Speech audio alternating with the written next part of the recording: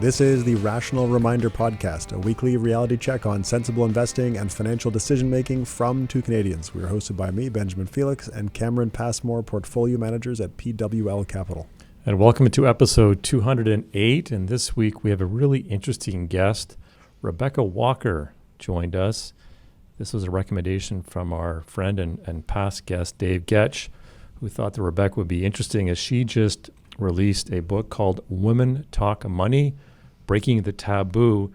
And as Rebecca told us, she's released 10 books in her career, and her motivation to write these books, and many of them are anthologies, and her motivation is to try to make space for people to tell their story. And this was her chance to get people to tell their story about money. And that's what we talked to Rebecca about. And it was really interesting, very clear perspectives on how important it is to talk about money. And her key message that I took away was to talk about money is to talk about what you really care about, which I thought was a really interesting perspective, Ben. Yeah, Rebecca's a big deal. She's a big deal. She's a very well-known speaker. She's spoken at over 400 universities, conferences, and major corporate campuses. She's also a DEI, diversity, equity, and inclusion consultant for a few Fortune 500 companies.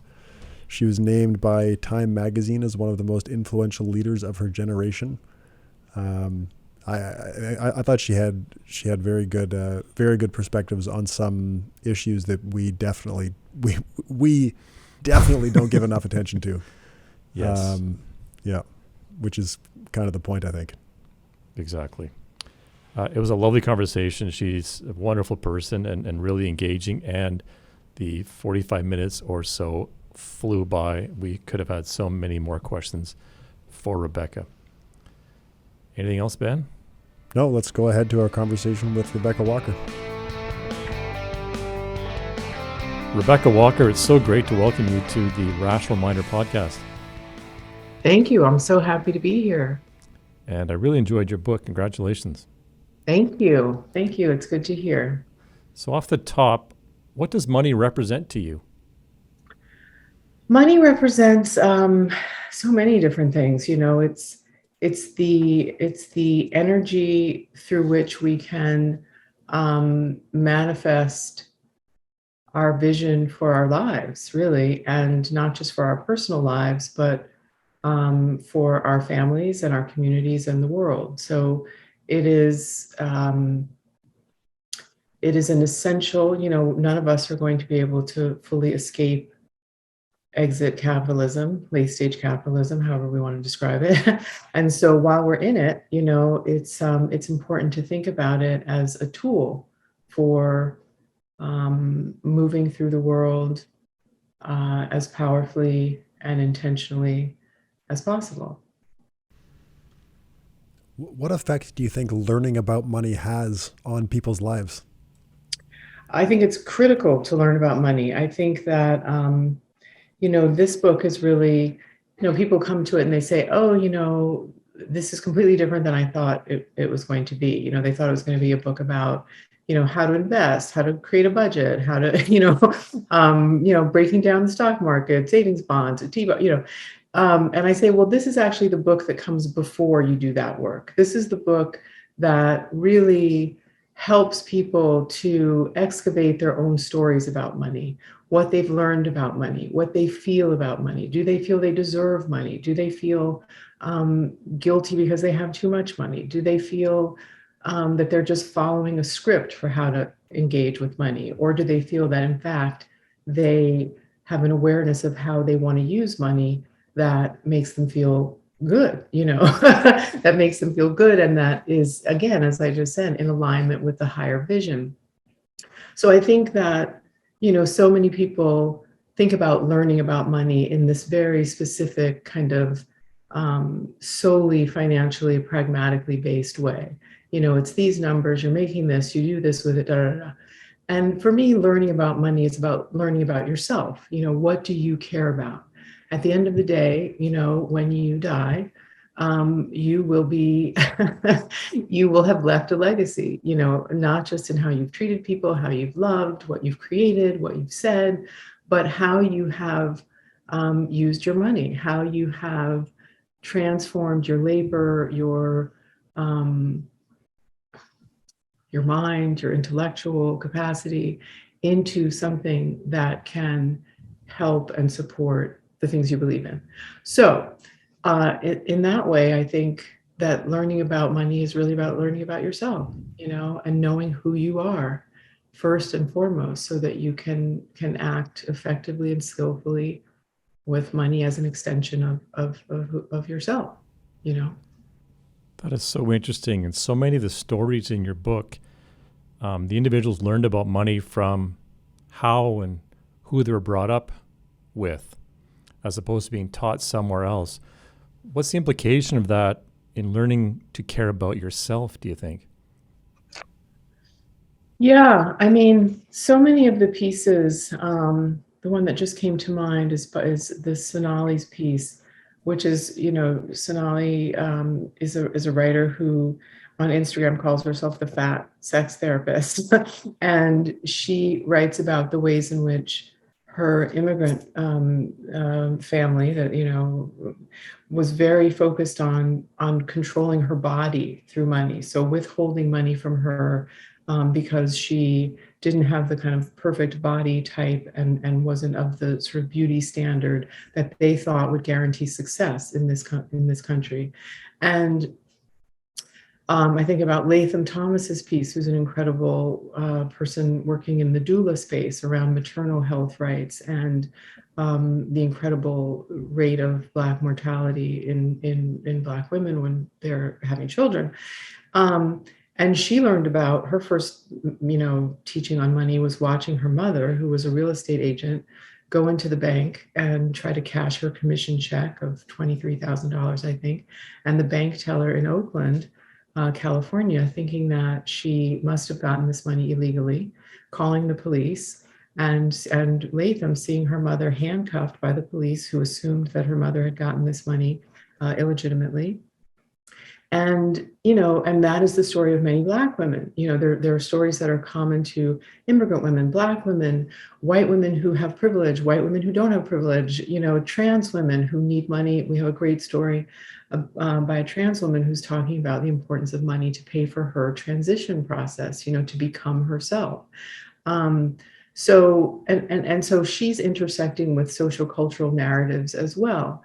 So yes, I think all of the women really in this book, all of the writers and all of us are getting messaging very early in our lives about money that needs to be metabolized, that needs to be looked at, that needs to be sort of unpacked. And that's what each of these writers is doing. So Latham sort of comes into consciousness around the fact that she's holding this idea that it is unsafe and possibly that she will be criminalized for having money, as a Black woman in America. And how does she rewrite her story around money if that's her first imprint about it? Sonali also, how does she rewrite her story about money if it's been used primarily by people she loves to try to control her body? So I think it's very important to understand the ways in which the culture at large, and then the people in our immediate families are sort of transmitting these ideas to us constantly about our worth, about our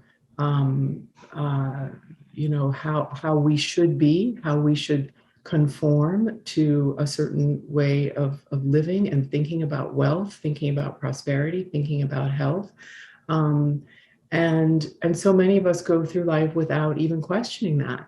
And that's kind of what I mean about skipping to the next book. It's like we go through life thinking, okay, this is what we do with money. We invest it, we try to get more and more and more, and we buy this and we buy that.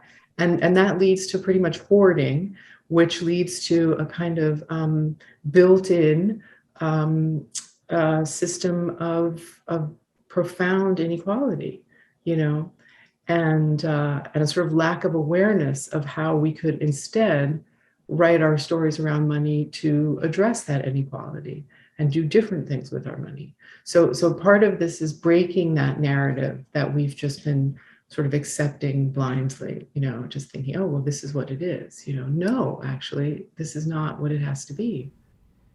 And have women and men traditionally been taught about money the same way? Well, I think they've been, obviously we can't generalize about either gender. I think that, you know, uh, certainly, men of color are taught about money in different ways than privileged white men. Men who are not privileged, who do not come from wealthier backgrounds, are not taught about money in the same way as, so there's so much variety. And the same is true for women. I think, we have a couple of pieces from, we have a great piece from Leah Hendricks Hunt, who's the daughter of Helen Hunt, who's one of the most wealthy women in America, if not the world. And she's writing about how she was taught, sort of pragmatically about money in a certain way, that I would say some men haven't been taught, but if we're going to generalize, let's just generalize. Right. For the case of, just making, I think that women are definitely left out of the conversation about money management for the most part, I think that's changing a lot. Some people that I'm really loving in that space, like Sally Krawcheck, for instance, the founder of Ellevest. I think Susie Orman did a great job, when I was, in college and after, and she continues to try to bring the voice of the feminine, or bring, the narrative around money, to see it expressed through, from a woman's point of view, even if she's just being a woman talking about money, has been very important. But traditionally, when you look at, when you look at most of the advisors, when you look at most of the people talking about money, in all the different platforms, they have been primarily men. It's been a men's game. As we know, women were not allowed to control their money. We're not allowed to get credit alone. We're not allowed to have bank accounts without their husband's names on them, until fundamentally recently, we're talking the last 50 years. So, we've got a lot to reverse, so there is a certain comfort and sort of historical precedent of men being in charge of money, literally.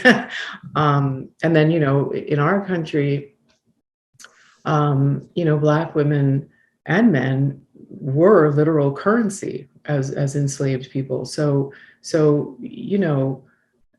again, that speaks to the complexity of who gets taught about money. So you think about cultures and peoples who are left out of this conversation, and it doesn't always split on gender lines, right? But I would say generally, yes, we are taught very differently. And included to different degrees in the conversation, both, by habit and design. How important do you think it is to talk openly about money? Oh my God, it's incredibly important. I think that I have become, this advocate for transparency. Like I want to tell people, okay, so this is what I made from my last book. This is what I made. I feel that there's something about the shrouding of the actual details of the financial details of our lives that plays into some of this confusion about money, and especially within,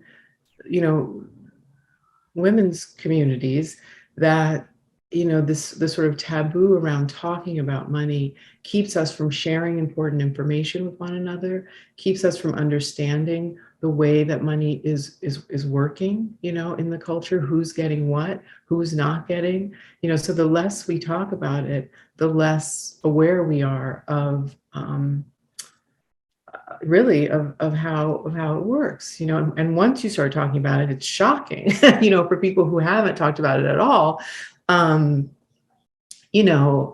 remember learning about S corps, for instance, and I don't know, you here in America, the S corp is this fantastic, in terms of tax savings and being able to invest in your retirement accounts. It's a special taxation code or designation set by the IRS that allows for building wealth in a way that many people, and I would say white men, have been doing for a very long time. And many other of us had no idea this was even a possibility, so, and I only learned about that because I was in a conversation with someone who was very knowledgeable on the subject, another woman actually. And this is how we learn,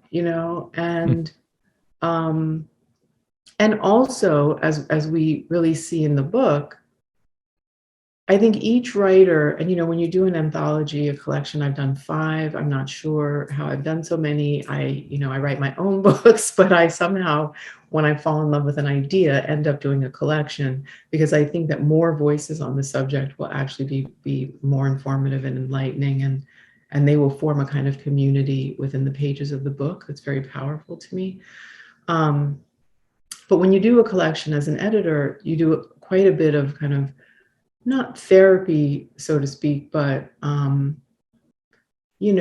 an editor, I want people to move from a kind of stuckness to through a kind of processing of what happened to them, to a point of recognition and revelation, all the way to the end, to some point of resolution, and I think that's what is happening in each of these pieces, and that's what having conversations about money with one another helps us to do, to kind of get unstuck and get ourselves to a healthier, more clarified place with our relationship with money. Do men and women go through that process differently, do you think? Well, I mean, hard to say. This book is really focused on women, so I really have spent a lot of time thinking about it in that context. But one of my earlier collections, What Makes a Man,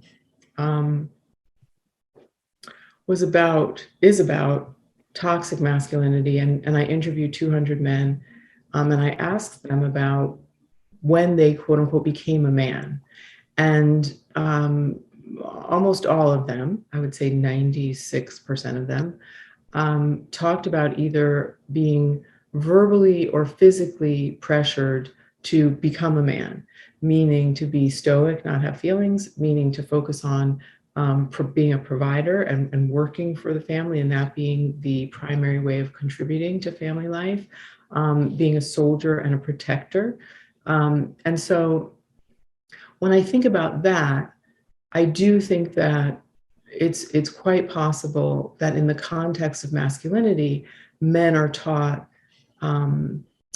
that they should be, the breadwinners in order to gain respect, and that there's a kind of mandate put on them to kind of bring home, the bacon and assert themselves in that way. And so there's not really a lot of room for emotion in that. There's really not a lot of room for sort of alignment with one's own personal ideas or beliefs. That is the belief of masculinity when it's taught that way. So there's, that's very different. When you think about women, we're often taught to provide in psycho-emotional ways for our families, and money is kind of thought of as the way in which we can amplify that, the way in which we can amplify our role as the emotional heart of family life and of the, the sort of culture, as opposed to this kind of directive that is often completely detached from emotion. So I think there's a lot to talk about in that conversation. But I really wanted to make a distinct space with this book for women to, because we are so, when you think about men, it's much more explicit, right? Go make this money. For women, it's like, you need to have a job, you need to work, you need to have your independence, you need to be able to, give blah, blah, blah, blah. But it's not quite as direct, and it's often shrouded and And I think we are taught not to talk about it. Like, okay, so that's kind of, you're doing that, and it's important that you do that, but don't talk too much about it, because that will call attention to the fact that men are slowly not the breadwinners and in charge, and you'll be challenging, their kind of their egos, really. And I think all of this is changing. Obviously, it's changed so much in the last 20, 30 years, and yet we still are dealing with this. And I mean, if you look at what's happening in America right now, with the erosion of civil rights, with things that are unspeakable at this particular moment, a lot of us are in shock. I think there is a sense that certain people are trying to take us back to a time in which we really aren't supposed to talk about anything as women, and we are being moving toward a space where the state has a lot more control, and is taking away our voices and our autonomy. And so I think it's more important than ever for us to be clear about our right to talk about and control and decide, not just what's happening right now with Roe, our own bodies, but our money, how we are going to make it, spend it, think about it, control it. So yes, I think it's gender plays a huge role in these discussions. What about other marginalized communities or marginalized communities? Yeah, I mean, I think that's what we're speaking to here, the intersection. So, the same is historically been true in communities of color, specifically, obviously in the African American community, in Native populations. There is a sense that,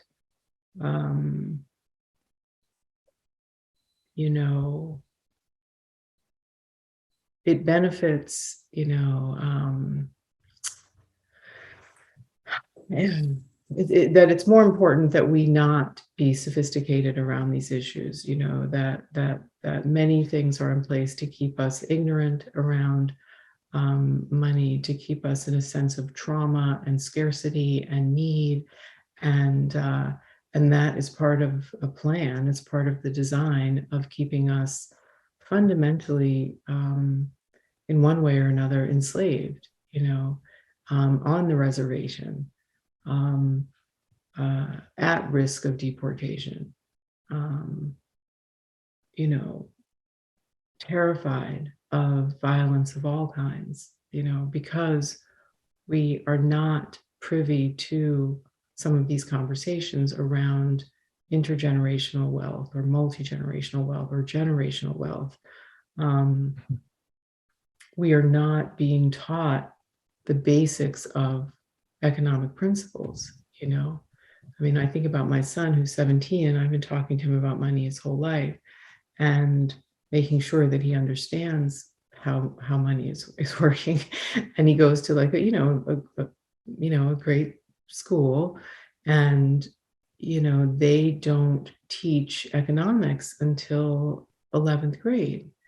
There's no discussion about how money works in this country until they're 16, 17 years old. That's too late. And he's at a school that is not full of African American students and Native students, so even his information that he's getting too late, if that was the only place he was getting it, I know for sure is not being taught in other schools where it absolutely needs to be taught. So, I think that poverty and information and education around money are correlative. So the less people know about money, the less people know internally about how they feel about money and what's happening with them with money. That's not just, and the less they know about how to build and use their money skillfully, the more likely they are to not have any. So I think it's very,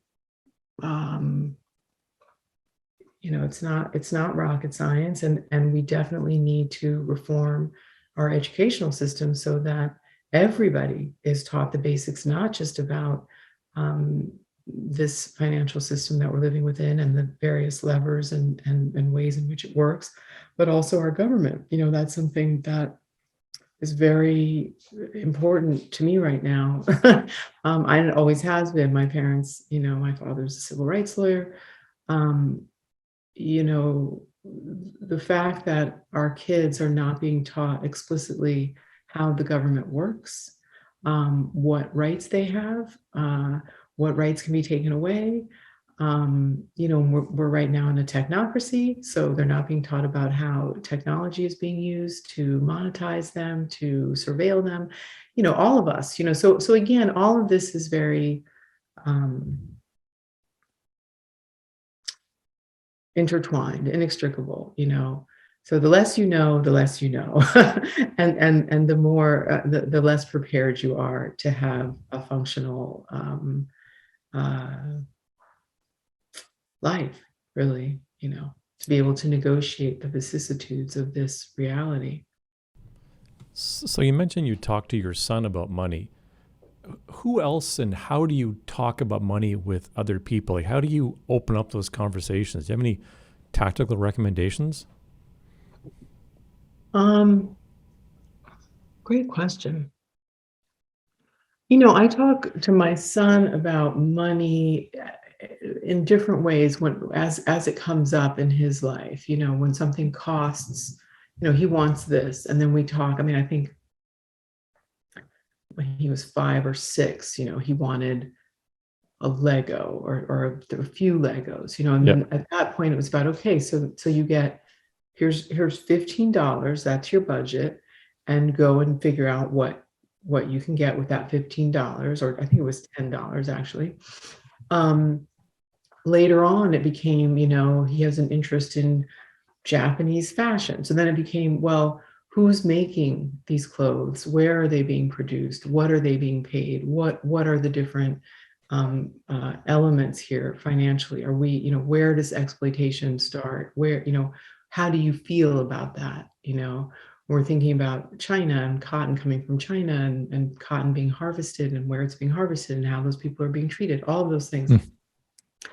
And and then going on trips and traveling and thinking about what are these people being paid and why are we spending money in this space and not in that space, and talking about real estate and where are we living, why do we live here? So those conversations, as he's grown up and brought certain things to me, I've tried to use those as teaching opportunities around money. And then of course I forced my father, who's really a big stock market guy, to teach my son everything he could about the stock market that he did not teach me. And I felt very upset with him for not teaching me. In terms of bringing the subject up with others, I'm very frank with people, I think, and anyone, people know, I really, I'm a person who's not drawn to small talk per se. And I think a lot of people say that, but I'm very focused on what's happening for you right now. If we got off of this and we started talking, I would be like, okay, so tell me what's happening in your lives. Are you about to have a kid? Are you about, how's your mother doing? Are you taking care? What's happening? And in the context of trying to figure out how to connect with someone by connecting with their authentic story of who they are in any moment, I never leave money out of that conversation. I always want to know, okay, so how is that working for you financially? How are you handling that? And then I generally talk about how I'm handling that. If it's having a kid, somebody's about to have a child or deciding not to have a child, I talk about what it was like for me and some of the challenges that came up and sort of try to give advice when I can, or at least my experiences, or if someone is in a different position that I may or may not be in, I try to really learn from them and let them know, look, that's an experience that I haven't had to face. So how are you handling that, financially, economically? What do you have to teach me about, how I might plan for that to happen in the future? Are there things I should do? I mean, I talk a lot right now in this stage of my life, I'm thinking a lot about trust in estates. I was not thinking about that 20, 30 years ago. And so this is the moment when it's about making sure that things are in order in my family, that my parents have handled, those things and supporting them in that and understanding what that is. And then also thinking about doing that for myself and my children and my family.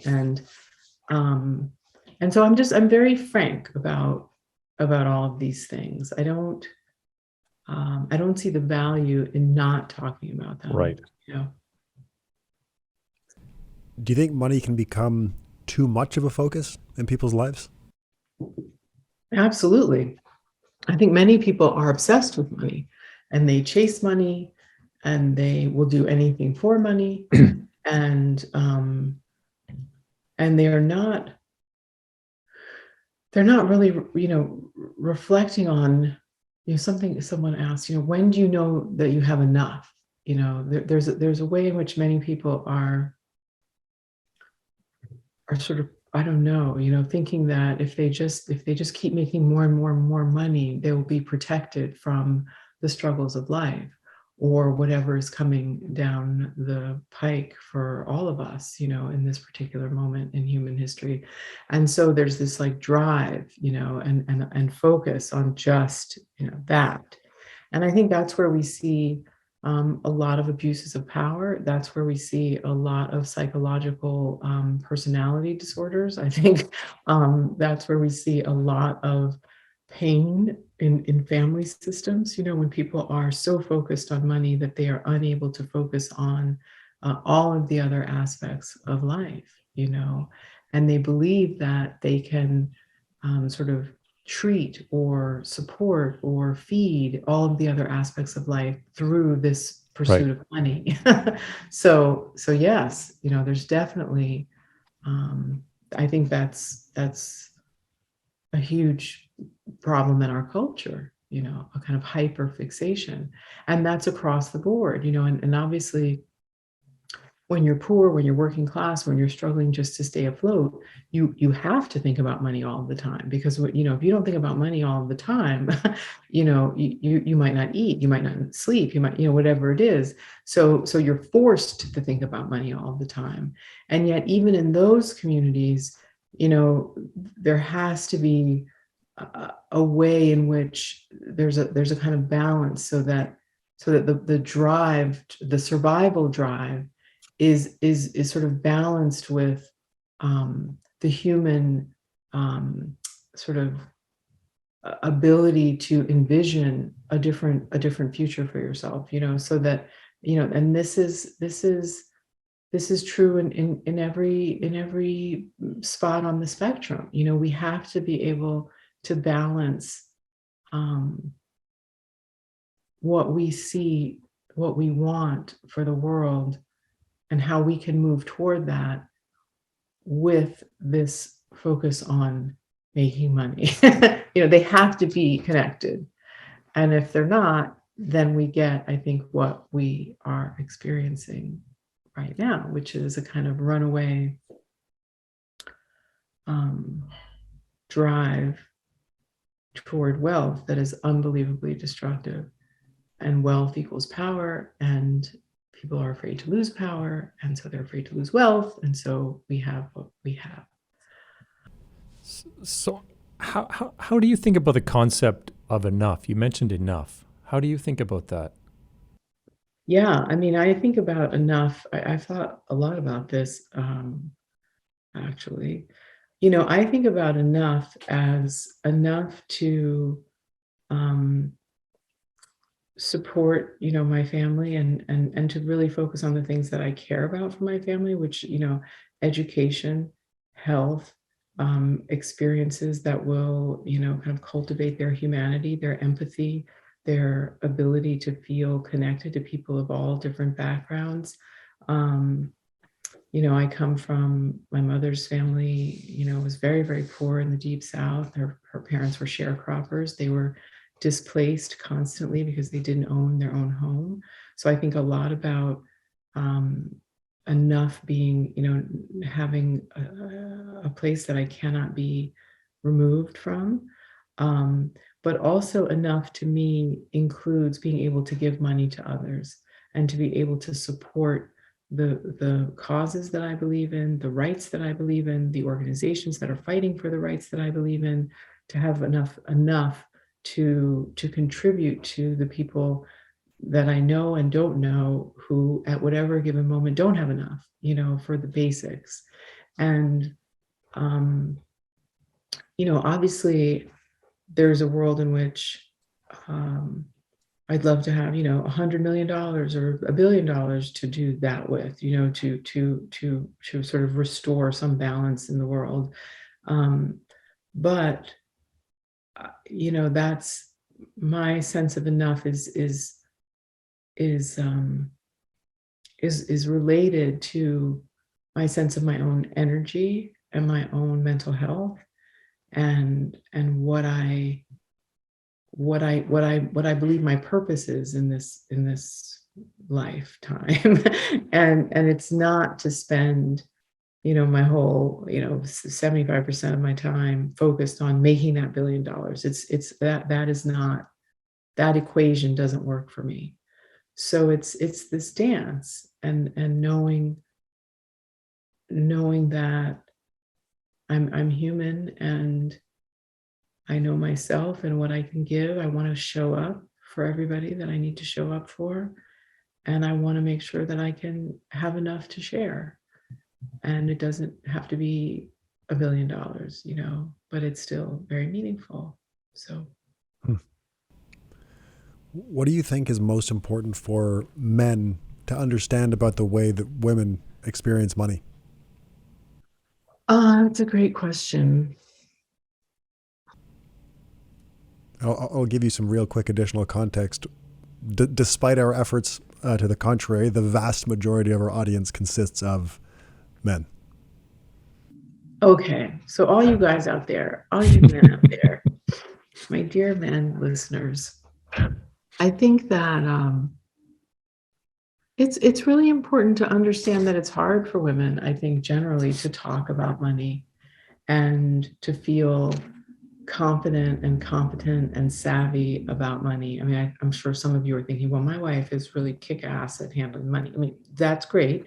But often there's a story under there that needs support or excavating, that sometimes, it's important to have, really honest conversations and to share what you know. If you're listening to this podcast all the time, you're obviously learning a lot about money. And if your sister or mother or spouse or whomever is not, you may be learning things that are very valuable to share, that it's not about sort of holding on to this information as a form of power, but you will actually be more powerful within your community when you share that information and help to empower the women in your lives to be more sophisticated and equipped, to handle and manage and think about money.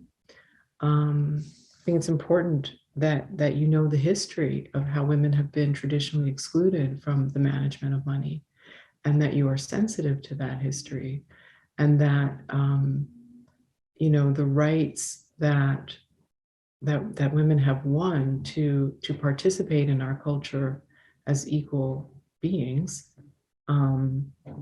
extends into this space. And the more autonomous women can be, the more likely we are to have the agency to develop our own lives and to fight for the civil rights that benefit all of us. So it's very important, that you work as an ally to women, if you value your own civil rights, if you value your own autonomy, because we will stand with you if you stand with us, and this is a nice place to start.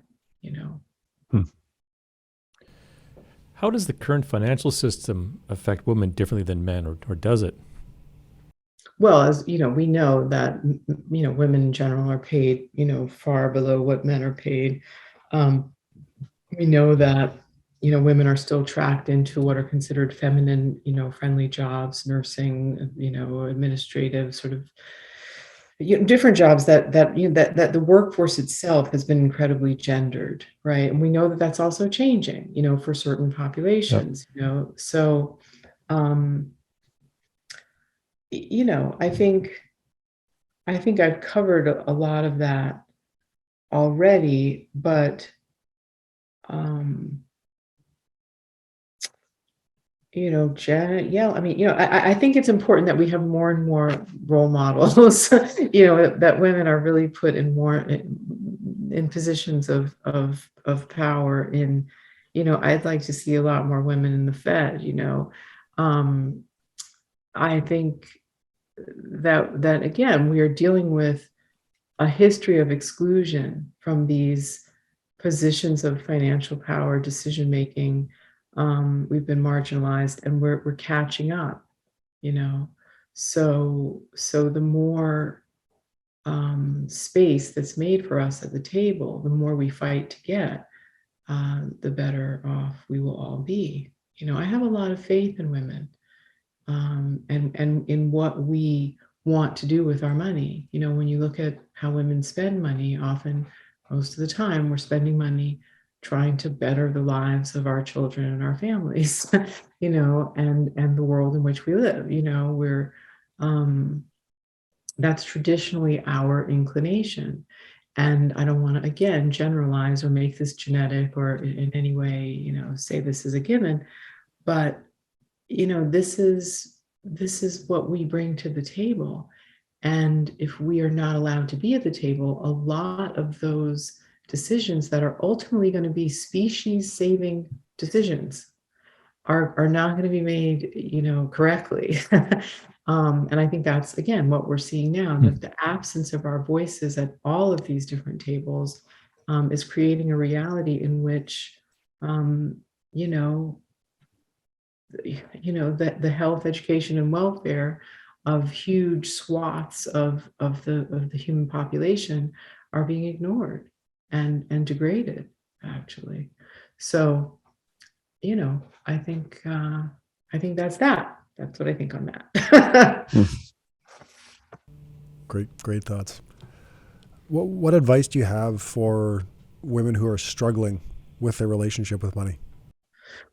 I think women should talk about it. I think, think about it. I think a lot of women have come to me and said that reading this book has been really good for them. It's been a beginning. It's something that kickstarts their process of reflecting on different moments that they've had in their lives that um, have really impacted their beliefs and actions, around money. And so I think that's the first step. Like, try to remember your first experience with money. What did you feel? What did you learn? What did you change about yourself? And then just look, sort of systematically at those beats in your life. Usually they're like 3 or 4 or 5, when by the time you're in your 30s, maybe, that have been definitive, and that you're usually carrying some residual feelings about that need to be um, sort of recalibrated, understood within a different narrative so that you can make different decisions moving forward. So I think there's that period of internal reflection, and then bringing some of that to a friend, a family member, a coworker, someone who you think, a therapist, somebody who you think can kind of guide you in getting some clarity. And then, again, my thing about the 2 books, and then really reach out to advisors who are very knowledgeable, do a lot of research, read a lot of books about the financial situation and how to actually build wealth, or to build whatever is enough for you.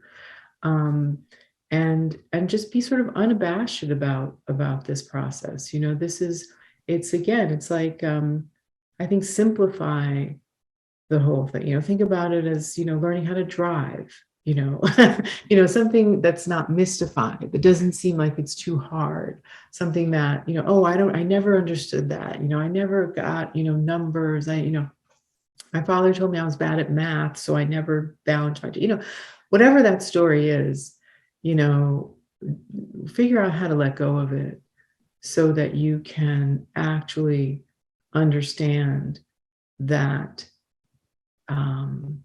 this is a system. These are different. If we think about, the financial marketplace, there are different financial products that you need to just understand what they are and how you can use them. And it's a kind of basic education if you can get there. It's not literally, it's not rocket science, but you have to believe, you believe you can go get a driver's license, so believe you can figure out how to build wealth or whatever is enough for you, Our final question for you. Sure. How do you define success in your life? How do I define success in my life?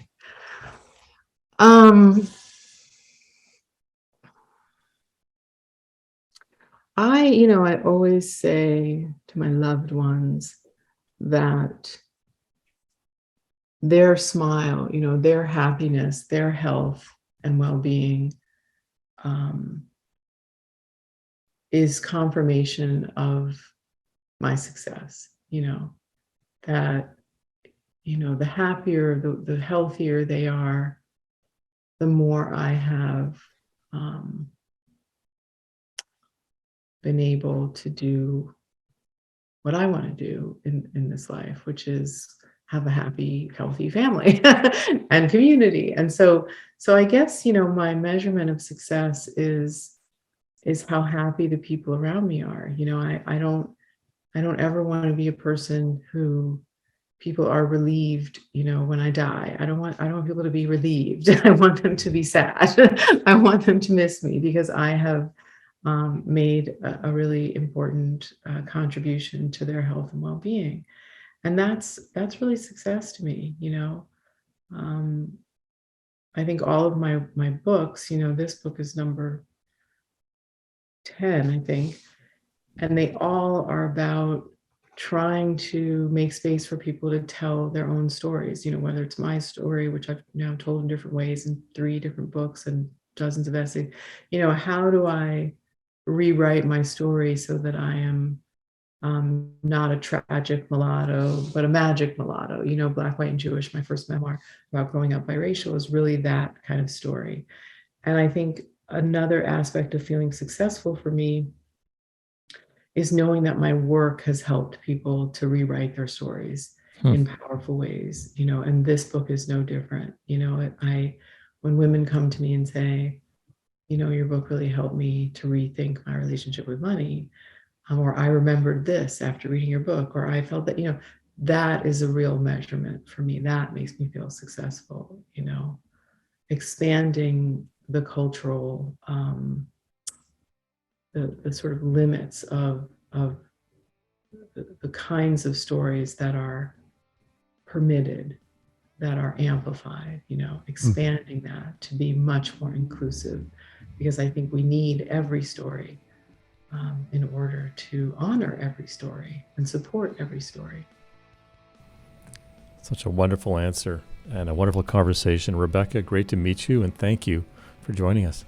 Thank you so much for having me. It was a great interview. I love talking to you guys, and I wish you the best. And all you guys out there listening, I believe in you and I support you. And go do the right thing. Help us save this struggling planet.